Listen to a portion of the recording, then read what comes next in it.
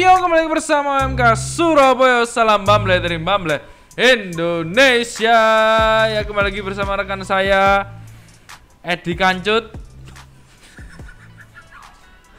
dan rekan saya Rahmat Toples. Nah, hari ini kita dapat endorse lumayan banyak ya. Ya, yang satu bukan endorse, yang satu bukan endorse. Yang endorse yang ini yang. Ya, yang ini endorse Tape crispy. Tape crispy. Pangan. Tape crispy. Tapi tape jarang banget. Ada nggak sih? Pernah kayak gini nggak? Pernah makan kayak gini nggak? Nggak pernah. Baru pertama toh? Istimewanya. Istimewa. Pertama kalinya kita makan tape dengan crispy. Oh, ini dari Bondowoso ya. Kayaknya ini reseller ya? Ya, reseller. Jadi reseller. ada umat paroki Algon yang reseller. Jadi menjualkan ini. Oh, dia reseller. Oh, ya. Harganya 20.000 per ini. Macam-macam rasanya ya. Original, coklat, keju dan pedas.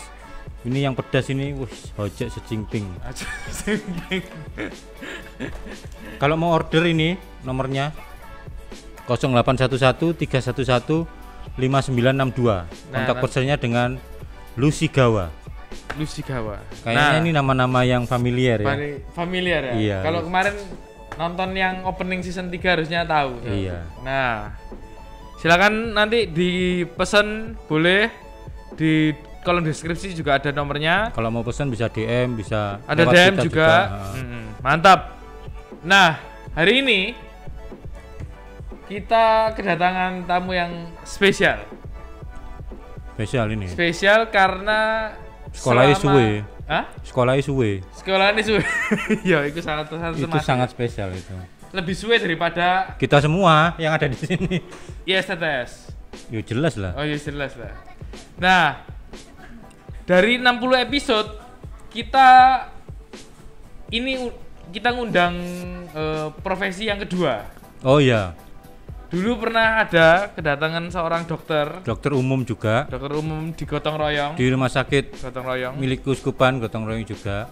Namanya Dokter Kristi. Dokter Kristi. Nah, kali ini kita kedatangan dokter juga. Dari rumah sakit andalan kita semua, RKZ. Man. Ngono banget ya. Iya, andalan umat Katolik itu. Iya. Dan umat Islam juga. Beneran itu andalan orang Surabaya itu. Iya. RKZ itu wis loro nang dindi, wis gak waras-waras RKZ sembuh. Langsung sembuh. Yes, jaminan. Beneran. Kok iso kayak ngono? Saya sering sana. Sering iya, ya? Sering, pernah lah. Jadi tadi lumayan kenal lah ya. Yo besuk, sing akeh besuk. Oh, sing akeh besuk. Besuk ambek pengakuan dosa nang kono. Soalnya Romone gak kenal aku. Iya. Ya. Saya tiap tahun pengakuan dosa di sana karena Romonya enggak kenal saya. Mantap. Jadi kita akan membahas apa, tapi nanti aja langsung aja kita panggilkan Dokter Agung. Mantap. Terima kasih dokter sudah mau datang. Terima kasih juga mampir di sini. Jadi sudah tahu kan kenapa episode kali ini kita pakai masker. Jadi kita mau ngomong kesehatan. Iya, jadi kita harus menjaga kesehatan. Nah, tapi ini belum dibahas, El. Oh ya, ini. Ini ternyata apa? Kucing. Bukan, ini ya. Apa maskotnya RKZ? Ini kalau ada yang belum kenal, kita beri nama Munyus. Yang panjangannya apa? Enggak ada. Munyus itu monyet. Oh, monyet. Iya.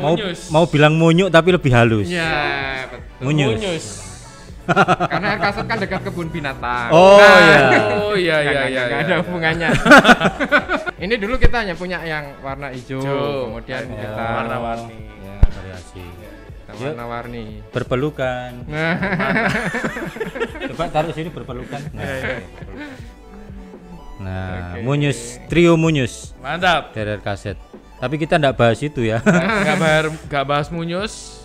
Nah, monggo diberikan sedikit dokter profil singkatnya, paroki mana, lalu bertugas di mana, bagian apa, monggo Romo. Oke. Bagian apa monggo Romo?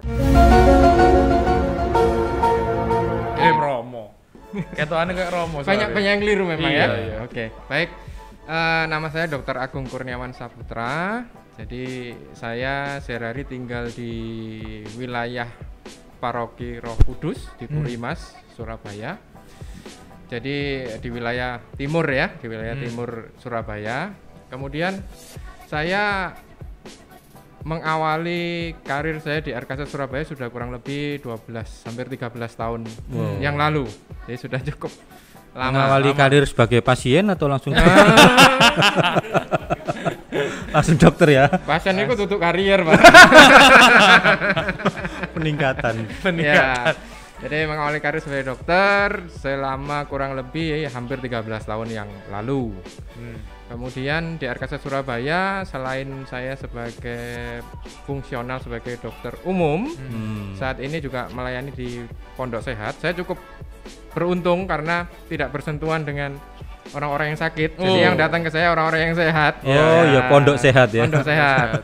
Di sana melayani vaksin, medical check up dan lain sebagainya. Jadi selain itu saya juga diberikan kepercayaan oleh manajemen sebagai salah satu menduduki jabatan struktural, yaitu sebagai kepala bidang Hospital Development and Relation.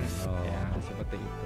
Mantap. Jadi kayak humas rumah sakit gitu. Ya, betul. Jadi bagian nanti strategi pengembangan ke depan seperti apa dan lain sebagainya. Makanya hadir di channel-channel Betul. YouTube di luar untuk termasuk juga katanya bikin live streaming diskusi-diskusi gitu. Iya, salah satu dalam selama masa pandemi ini yang karena kita sudah tidak mungkin lagi mengadakan Seminar-seminar. edukasi seminar Iya, yang iya. sifatnya bertatap muka secara langsung, maka kami mulai secara rutin menghidupkan channel streaming YouTube RKZ Surabaya. Wow. Ya, jadi selain nanti subscribe di channel Di ini sini juga ya. bisa mampir ke channel Rumah Ya. Sakit RKZ Surabaya. Kalau live streaming RKZ Surabaya butuh hiburan ya. Oh ya.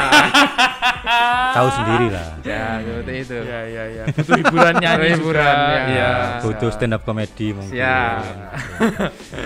Nah, Ya. hari ini dokter kita bakal mau tanya-tanya soal kesiapan misa offline.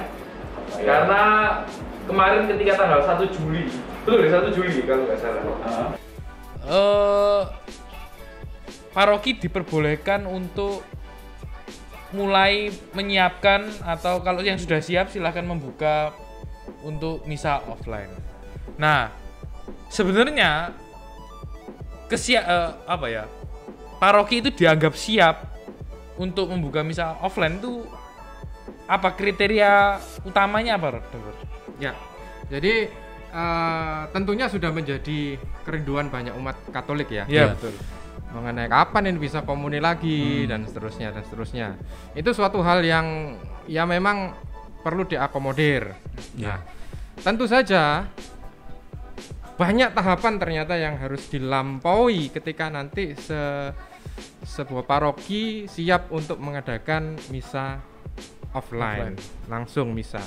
Yang jelas adalah harus bisa mampu mempersiapkan protokol-protokol kesehatan, karena syarat utama sebuah kegiatan yang mengumpulkan banyak massa ini tidak hanya gereja saja, tapi hal-hal yang lain sesuai dengan ketentuan pemerintah adalah memang adanya protokol kesehatan yang harus diterapkan secara benar-benar, bukan main-main saja, tapi harus dilakukan benar-benar, karena memang nyata bahwa pandemi COVID ini ya memang nyata adanya, bukan suatu hal yang dibuat-buat atau tidak. Sudah banyak korbannya, sudah banyak yang meninggal bahkan.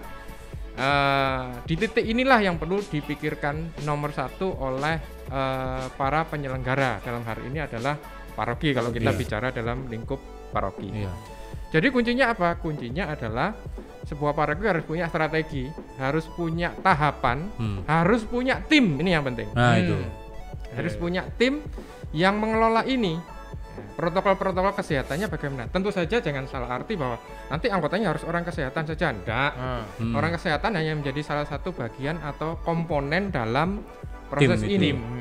Tetapi kalau menurut saya justru yang perlu banyak dipersiapkan kalau kita bicara norma baru. Saya lebih suka mengatakan sebagai new norma ya. Oh, new norma. Bukan new normal ya kan. Pemerintah juga sudah meralat istilah new norma menjadi AKB, adaptasi kebiasaan baru. Nah, new norma itu adalah norma baru, kebiasaan baru, tatanan baru yang harus dilakukan. Nah, justru yang menjadi dalam tanda kutip sesuatu yang ribet adalah mengadaptasi kebiasaan yang baru ini justru adalah di bidang-bidang yang sebenarnya tidak terkait langsung dengan bidang kesehatan. Misalkan tata liturgi, kan perlu disesuaikan tata liturginya. Ya. Nanti cara memberi hosti juga. Terus yang semula boleh berbanyak-banyak paduan suara, maka sekarang itu ya hanya satu organis sama satu yang untuk mengangkat lagu. Dan mangape gak usah ombo-ombo. Karena itu droplet itu di situ. Betul. Itu dia. Jadi tantangannya justru itu, persiapan sarana dan prasarana. Nah, ini yang bikin ribet malah di sininya justru harus menyediakan wastafel di banyak tempat, di titik-titik. Kemudian harus menyediakan desinfektan. Setiap sebelum misa maupun setelah misa kan harus dilakukan proses pembersihan. Kemudian harus juga ada termogan. Nah, namanya termogan. Oh, termogan. Jadi kan senjata yang fungsinya untuk mengukur termometer ya, namanya termogan. Ya. Terus harus menyiapkan petugas-petugas juga, pastinya akan lebih banyak. Nah, jadi kalau dulu ini pikiran saya beberapa waktu lalu, kalau dalam 1 tahun nih ada peristiwa-peristiwa yang memang membutuhkan banyak orang. Kalau dulu hanya paling Natal, Paskah. Kan tuh pasti dibentuk panitia, siapa yang harus jaga, termasuk saya kalau Natal dan Paskah pasti dilibatkan. Dokter Agung, waktunya di Kamis Putih jam sekian, Jumat Agung jam sekian, oke gitu ya. Nah, dalam masa pandemi new norma ini, maka setiap misa harus begitu ternyata. Harus ada tim kesehatannya, tatipnya harus lebih banyak. Nah, ini menjadi tantangan, menjadi pemikiran bagi paroki bagaimana justru mewujudkan ini. Kalau di bidang kesehatan yang murni sebenarnya ya nggak terlalu banyak perbedaan ya. Pakai masker, oke, itu sudah sering kita dengar. Pakai face shield juga boleh. Bawa selalu hand sanitizer dan lain sebagainya. Itu hal yang mudah yang bisa dipersiapkan. Tetapi yang paling sulit, butuh waktu, butuh pemikiran, butuh perundingan, bahkan butuh mungkin argumentasi gitu ya mungkin adalah menyiapkan yang tadi sudah saya sebutkan itu. Sarana prasarana, kelengkapan dan lain sebagainya. Tata cara. Itu tantangannya ada di situ kalau menurut saya. Jadi nomor 1, bagi yang belum ada tim ya memang harus membentuk tim untuk apa? Membicarakan ini semua nih. Dibuat seperti apa ini? Betul. Ini juga, Dok, yang mungkin ribet itu yang saya dengar soal pembatasan itu. Itu ngatur wilayah yang satu misa jam sekian, wilayah B misa jam sekian. Itu di paroki saya di Algon tuh mendengarkan itu aja saya sudah pusing itu ngaturnya gimana. Belum lagi kok ono sing penyusup. Saya dulu punya kontrakan di wilayah A. Jadi alasan-alasan. Karena memang tantangannya itu tadi, kita dibatasi oleh harus aturan physical distancing. Artinya kapasitas gereja pasti akan berkurang. Harus separuh ya, Dok ya? Ya, jadi tetap patokannya adalah harus ada jarak 1 meter kanan kiri, depan belakang. Gitu ya aturan realnya. Tapi kembali lagi pada situasi dan kondisi. Tapi minimal itu yang diterapkan. Pasti otomatis kapasitas gereja mungkin bisa berkurang 50%, 40%, tergantung dari kondisinya. Kemudian kita juga dibatasi dengan umur. Umur. Maksudnya gimana? Nah, jadi yang boleh misa secara langsung adalah nomor 1 kan orangnya harus sehat nih. Artinya apa? Artinya adalah anak-anak enggak boleh dulu. Anak-anak itu imun tubuhnya kan masih dalam proses perkembangan. Sampai usia berapa itu dok batasnya? Biasanya adalah di usia batasan di 12 tahun atau 15. Kelas 6 SD berarti ya? Jadi di bawah usia tersebut harapannya adalah belum dulu ikut misa secara langsung. Kemudian ada lagi batas atasnya adalah 60 tahun. 60. Jadi harapannya 60 tahun ke atas minta juga maaf ya mbah-mbah ya. Opa-oma. Ini kan memang betul akan menjadi suatu kesulitan sendiri kan Mas ya. Untuk mengatur ini loh. Kalau database dari paroki bagus sih sebenarnya gampang kalau sudah datanya tinggal sortir, difilter ya. Filter usia di sekian ini jadinya sekian. Tapi kalau bayangkan kalau paroki-paroki yang mungkin belum sebagus itu seperti di istilahnya di perifer kan ya suatu kesulitan tersendiri. Belum lagi nanti grundel. Misa kok diatur-atur seperti itu kan suatu hal yang harus butuh perjuangan untuk. Kalau yang umur tuh saya baru tahu ini ya memang benar harus di gimana ya? Karena yang paling rentan ya yang paling rentan adalah atas dan bawah itu. Atas dan bawah. Saya baru tahu yang bawah. Oh gitu ya. Anak-anak ya. Yang anak-anak ya. Kalau yang atas dari dulu memang sudah dengar-dengarnya ya wis lah yang opa-oma ya wis tolong di rumah aja. Sebenarnya kalau di bidang kesehatan hal itu bukan hal yang baru ya. Seperti regulasi yang standar kalau di rumah sakit sebenarnya para pembesuk itu di bawah usia balita, di bawah usia 10 tahun sebenarnya tidak dianjurkan untuk saya baru tahu juga keluyuran ke rumah sakit sebenarnya. Orang yang besuk itu ya di umurnya ya dia itu sebenarnya gitu karena ya persoalannya itu imunitas tubuhnya masih dalam proses perkembangan belum sempurna sehingga dikhawatirkan nanti bisa tertular macam-macam penyakit kalau ke rumah sakit. Kalau di parokinya Dr. Agung di Roh Kudus Rungkut gimana persiapannya, sudah mulai sampai sejauh mana dok? Ya, kebetulan memang saya diminta untuk bergabung dalam salah satu panitia untuk mempersiapkan. Ini namanya mempersiapkan karena kita sendiri pun tidak tahu kapan boleh tapi persiapan itu memang butuh waktu sehingga harus mulai dilakukan gitu ya. Ya memang harus membentuk tim. Kemudian timnya sekarang sedang membicarakan berbagai macam tata aturan baru ya. Basic dasarnya memang berdasarkan pada namanya nota pastoral dari Uskup Surabaya, kemudian diterjemahkan oleh Romo Paroki sesuai dengan situasi dan kondisi. Kemudian memang harus kadang bertemu langsung. Saya baru satu kali bertemu langsung, tapi kebanyakan diskusi melalui grup WA. Nah, itu sudah mulai dibicarakan rundown-nya nanti, pengaturannya bagaimana, kemudian data umatnya itu seperti apa nanti diolah, kemudian menghasilkan berapa, dan terpenting adalah menghitung kapasitas gereja akhirnya ada berapa seperti itu. Ya, jadi sudah sejauh itu ya persiapan di Paroki Rungkut ya. Nah, tapi kalau misalnya selain yang kita sudah sering melakukan misalnya masker, cuci tangan, lalu hand sanitizer, ada nggak dok tambahan-tambahan praktisnya ketika misa itu dijalankan tuh, ada nggak tindakan preventif lain yang perlu dilakukan? Ya, betul. Ini hal yang penting dan bahkan mungkin ya mulai sekarang harus dipikirkan. Jadi sebenarnya begini, kunci agar misa tatap muka secara langsung ini berjalan dengan aman adalah kuncinya adalah di screening pragereja. Kalau kita sebut, kalau saya boleh sebutkan namanya screening pragereja. Pragereja sebelum orang masuk ke gereja harus ada screeningnya, harus difilter dulu nih. Artinya apa? Artinya itu tadi saya bilang sudah ada batasan umur. Jadi artinya kalau sudah di bawah itu atau di atas itu kan sudah enggak bisa.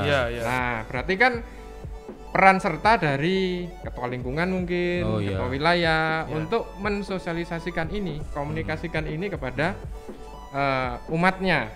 Karena bisa jadi nanti kan peran dari ketua lingkungan sangat penting sekali karena nanti mereka yang akan dalam tanda kutip nih merekrut orang-orang untuk yang misa siapa yang memilih. Betul. Kemudian diyakinkan betul bahwa nanti yang ikut misa ini dalam kondisi yang sehat. Tidak sakit, tidak sedang batuk pilek, nyeri tenggorokan. Ya pokoknya dalam kondisi fit itu lah, tidak ada gangguan. Cukup pakai termogan atau diinfus dhisik apa? Kalau menurut saya justru ini kuncinya kan sebelum orang datang ke gereja nih. Oh, yang screening saya sebut itu. Screening. Artinya apa? Artinya di situ ada peran serta kejujuran dari umat. Bahwa kalau memang aku memang sedang sakit tidak enak badan, dia tidak usah maksa untuk datang ke gereja atau ke gereja. Kalau dulu kan kita no problem, oh justru saya sakit ini saya ingin mendekatkan hati ya kan? Kadang kan seperti itu ya, biar dapat kesembuhan. Nah sekarang sudah tidak mau. Karena apa? Karena begitu ada orang satu sakit berpikiran yang sama seperti itu, oh saya pura-pura sehat aja lah dan itu misa ini sudah digilir, sudah tidak setiap minggu bisa, ini kok pas waktunya giliran saya kok saya tidak enak badan, pura-pura oke. Nah ini yang jadi malah petaka nanti bisa jadi dari situ. Jadi gereja harus bisa menekankan entah bagaimana model komunikasinya bahwa screening pra-gereja ini benar-benar penting. Sehingga harapannya adalah yang benar-benar nanti datang ke misa itu sudah terseleksi dan benar-benar hampir mungkin ya 90% sudah aman lah. Iya. Kalau hanya perkara termogan ini kan teknis saja. Iya. Dan saya yakin kalau screening pra gereja ini dilaksanakan dengan baik, maka itu termogan itu sebenarnya suatu saat tidak perlu lagi. Nah itu kan hanya screening saja, karena termogan ini alat bisa error, ya kan, bisa tidak tepat dan lain sebagainya. Jadi bukan satu-satunya yang bisa diandalkan untuk memfilter orang seperti itu. Dua itu ya Dok ya, usia sama kesehatan. Kesehatan. Jadi kita harus yakin kalau demam, batuk, pilek, terus itu kemudian siapa yang screening? Ketua lingkungan berarti? Loh ya dirinya sendiri toh. Semua kembali, makanya saya tekankan kuncinya kejujuran. Sama seperti halnya selalu dialami oleh tenaga kesehatan. Kan sudah banyak mendengar nih, gara-gara pasiennya nggak jujur, dokternya tertular. Ya kan, dokternya jadi sakit. Nah itu apa ndak ada metode lain selain mengandalkan kejujuran pribadi karena pakai alat deteksi kebohongan gitu? Ya karena ya nggak bisa ya. Kerinduan itu kadang mengalahkan akal sehat ya. Betul. Makanya itu ini harus menjadi suatu kesadaran yang bersama-sama lah bahwa situasi memang seperti ini gitu loh. Ini norma baru harus dijalankan memang seperti ini. Yang disebut norma baru itu ya baru. Jujur. Betul. Itu ya. Kalau saya memang sakit dan enak badan ya sudah usah.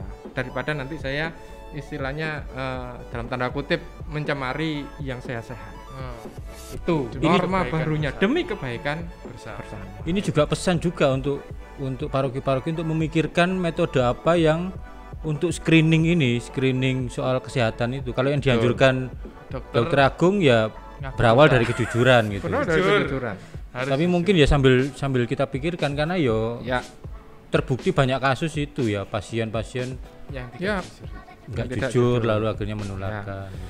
Ya itu metodenya pada saat pra-gereja. Screening pra-gereja itu ya. Ketika sampai di gereja otomatis harus ada mulai standar, rule, rundown orang mau menuju kemana. Paling baik adalah sejak sebelum di gereja orang sudah tahu bahwa dia nanti misalkan saya harus duduk di mana gitu ya. Jadi kayak apa ya? Kayak kita mau nonton di bioskop gitu ya. Karena kalau enggak nanti orang pating sliver bahasa Surabaya nih, ya toh? Malah pangku-pangkuan malah. Dek ini salah balik rono meneh. Nah, ini kan jadi suatu proses juga untuk kontak. Nah, ini saya kira pihak paroki nanti mungkin bisa memberikan cara-cara yang terbaik bagaimana mengatur misalkan. Jadi ya seperti mungkin kalau dulu kita pesen tiket untuk 21 nanti duduk di sekian. Nah, kita sudah tahu nih.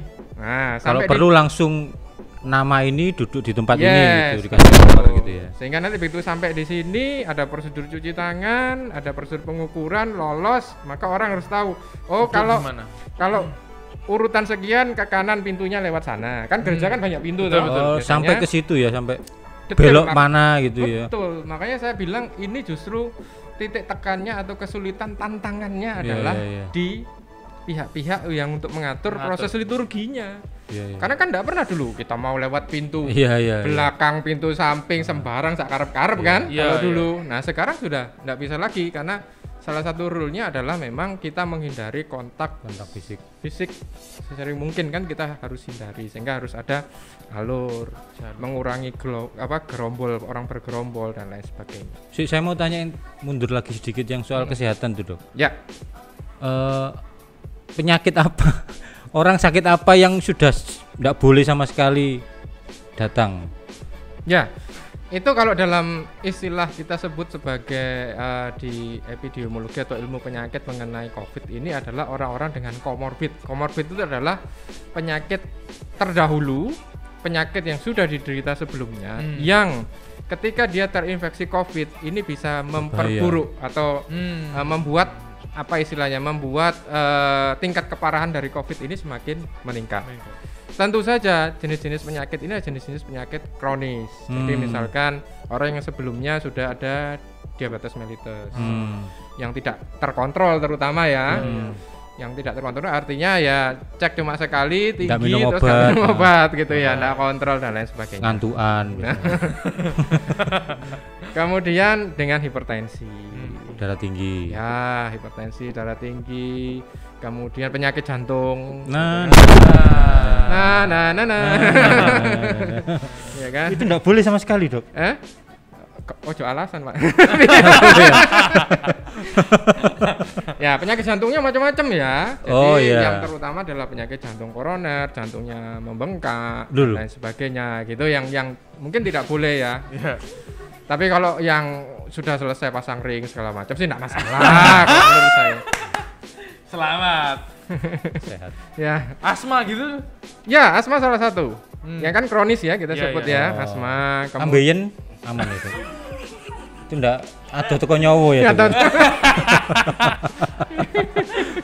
Ya, jadi kira-kira penyakit itu saja Kalau yang sudah pasti batuk pilek enggak boleh. Jelas.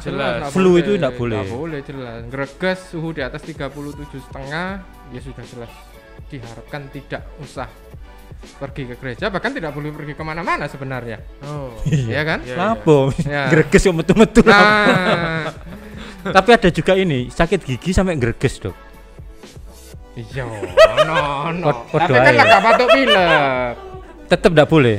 Ya sebaiknya juga tidak boleh, karena kan pada proses orang greges itu sebenarnya kan alarm dari tubuh untuk dia ini ada lagi ada problem di tubuhnya, sehingga dia butuh proses penyembuhan. Nah otomatis kalau dia greges kan proses imunitas tubuh ibaratnya tentara tubuh kita kan sedang berperang. Nah kalau nanti kita keluyuran, kemudian ini otomatis ketika ada virus dan segala macam kan konsentrasinya terpecah nih. Tentara tubuhnya ini mau ngadepi infeksi giginya atau menghadapi yang mau masuk itu. Nah, seperti itu. Saya itu sering greges kalau tanggal tua itu, Dok. Pas dulu ATM ngono. Yang adem panas langsung ya. Apalagi ATM-nya tulisannya sudah tahu kosong sih makso itu. Itu langsung makdek ngono langsung. Tapi kan Dok, kita kan tidak bisa meskipun kita melakukan dengan sebaik-baiknya, oke, risiko turun. Tapi kan tidak ada orang yang menjamin bahwa itu 100% akan aman. Nah, maka ya kita ada pelajaran namanya manajemen risiko. Kalau misal tiba-tiba amit-amit jabang bayi. Tiba-tiba ada klaster baru di paroki tersebut. Pas habis misa pertama dibuka, tahu-tahu langsung klaster. Tercipta klaster terpapar gitu. Itu apa yang harus ini kan dilakukan. konteksnya kita paroki. Apa yang harus dilakukan tim atau paroki ketika itu terjadi? Ya.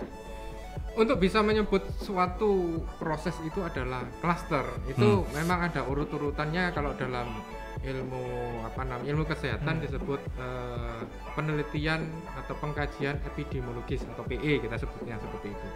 Jadi untuk menentukan sebuah kejadian ini sifatnya klaster. Klaster itu kan berarti dalam tempo waktu yang hampir bersamaan dalam suatu lokasi yang bersamaan, maka ada sebutannya metode tracing. Tracing itu penelusuran. Sakit kan dideteksi kira-kira dari mana ya penularannya, sejak kapan nih.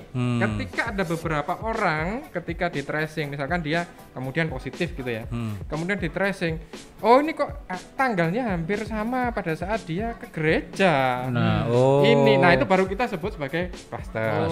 Jadi bukan hanya satu orang kemudian sakit kemudian jadi cluster, enggak, itu tergantung nanti proses namanya epidemiologis atau tracing itu tadi.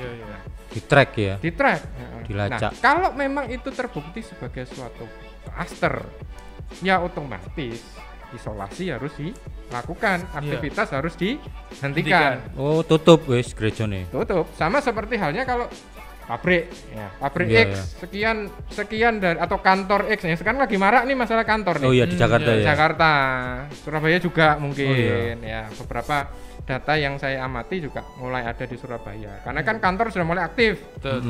Mungkin longgar sudah mulai protokol kesehatannya, sehingga kemudian justru ini. Nah, kantor-kantor tertentu kan sudah ditutup. Mall juga sudah ditutup di Jakarta. Kemudian kantor apa waktu itu juga sudah ditutup. Jadi memang itu sudah metode isolasi. Nah, bagaimana nggak ditutup lah?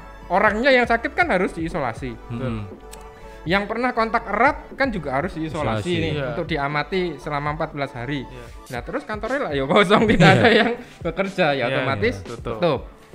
Demikian pula kalau misalkan gereja nanti tercipta sebuah klaster baru, ya memang ya harus tutup.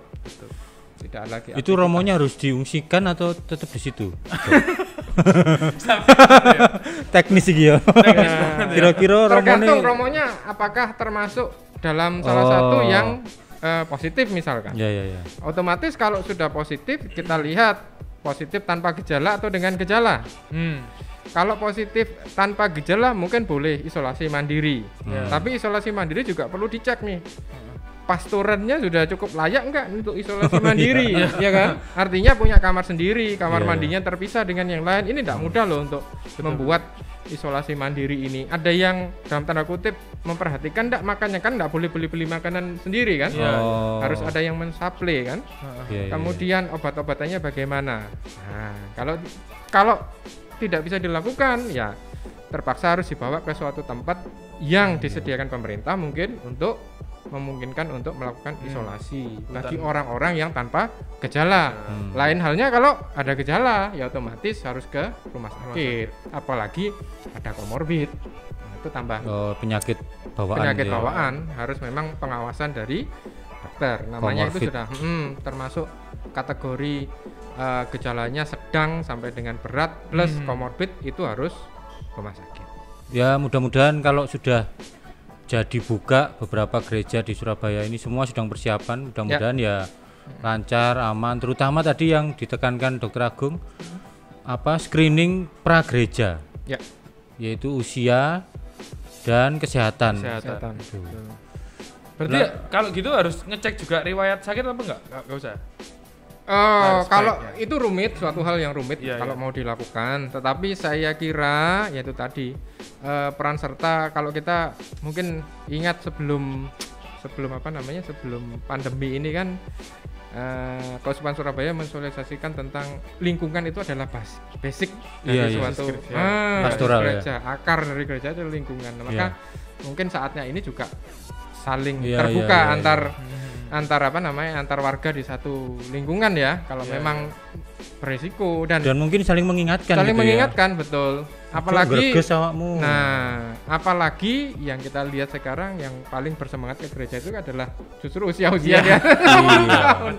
Nah, ini sekarang yang bersemangat ini kita anjurkan untuk enggak, ini kan suatu tantangan tersendiri ya, bagaimana kita mengelola kebiasaan atau norma baru di masa pandemi ini. Selain itu, Dok, mungkin ada yang mau disampaikan, terutama karena ini channel OMK, Dok. Channel OMK. Apa yang bisa dilakukan oleh teman-teman OMK untuk membantu parokinya mempersiapkan misa offline? Ya, yang pertama OMK harus rame-rame untuk mengisi gereja ya. Karena kan tadi yang lansia. Sebagai petugas ya. Betul. Sebagai petugas, sebagai orang yang berkontribusi untuk bisa menyelenggarakan ini dengan baik, sehingga sangat terbuka sekali kesempatan bagi OMK untuk membantu dalam hal proses persiapan. menjadi tatib, ya mengatur rutenya dari umat ketika masuk nanti harus kemana. Butuh banyak sekali OMK ya. Butuh banyak sekali peran serta.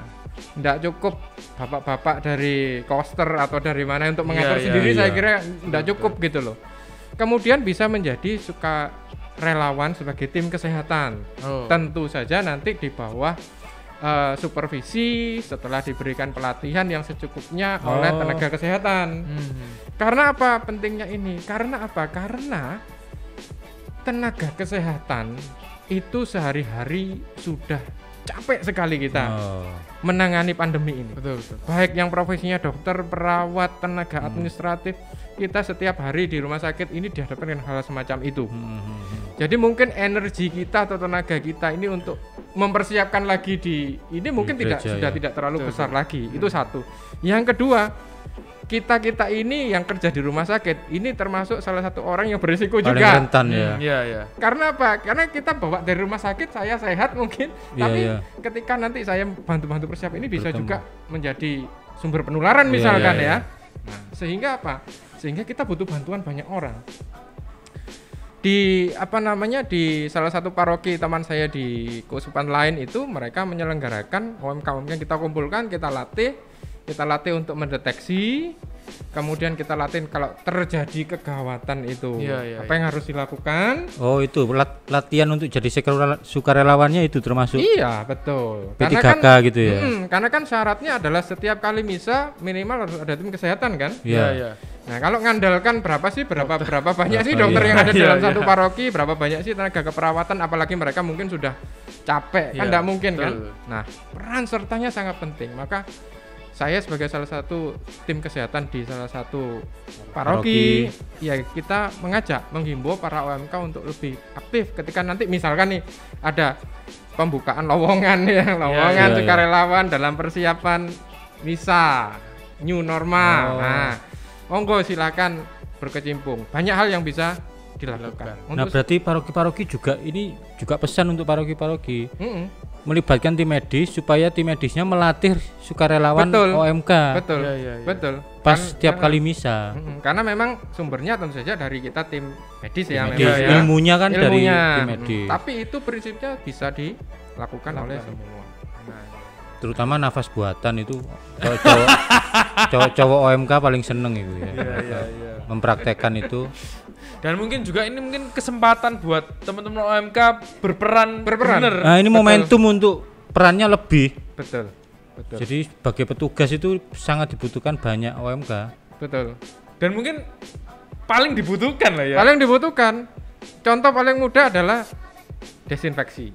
Nah, itu. Setelah misa ini kan harus disemprotin tuh semua. Iya. Nah, tenaga penyemprot ini kan dibutuhkan untuk itu. Ini penting loh. Usia yang masih kuat ya dok ya? Masih kuat, artinya dia sedang dalam kondisi tubuh yang prima ya istilahnya ya.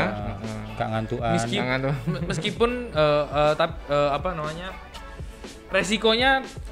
Kalau resiko kita bicara resiko ya semua orang pasti beresiko. Tapi imunitasnya ya sebagian besar dalam periode umur kita sebut usia produktif itu adalah ya sebagian besar adalah kondisi imunitasnya bagus. Sehingga kalaupun dia terinfeksi mungkin yang jatuh dalam kondisi parah itu sangat sedikit sekali jumlahnya dibanding dengan orang-orang yang sudah berusia. Dan komorbid tadi ya? Dan komorbid, betul. Di usia muda komorbid mungkin masih belum terjadi. Mantap. Pesannya luar biasa, banyak sekali yang bisa dilakukan oleh paroki lah ya.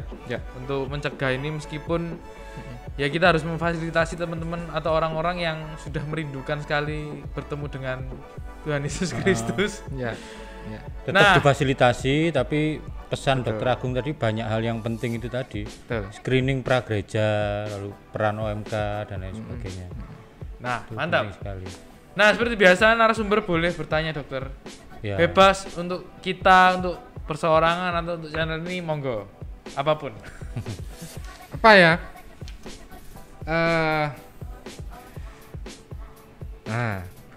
saya lihat-lihat Mas Yudit ini tidak pakai cincin ini di jarinya ya. Cincinnya ada di mana, Mas? Pertanyaan saya. Dipasang di jantung.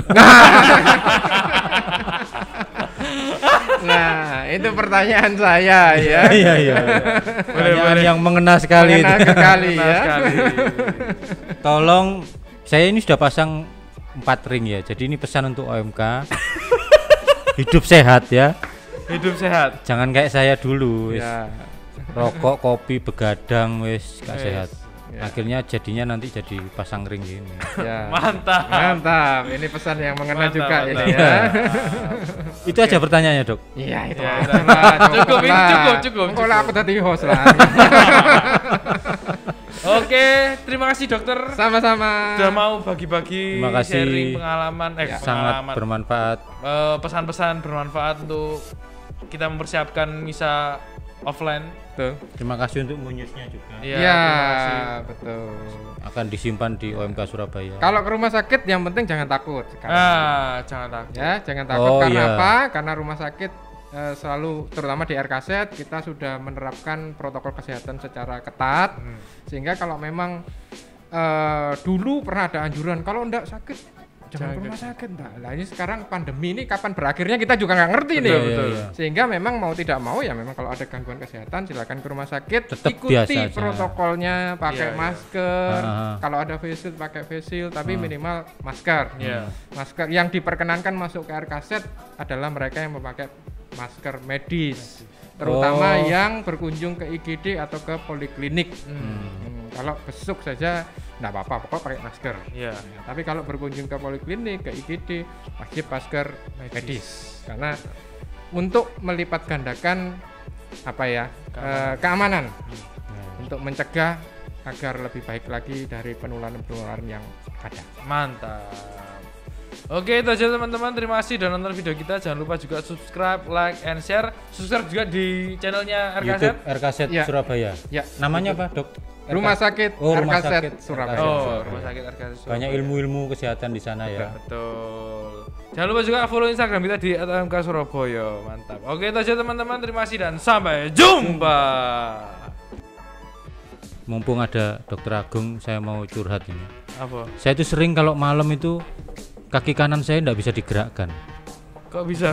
Ternyata ketindihan sing kiri. Ya. Yang tengah enggak apa-apa tuh tadi.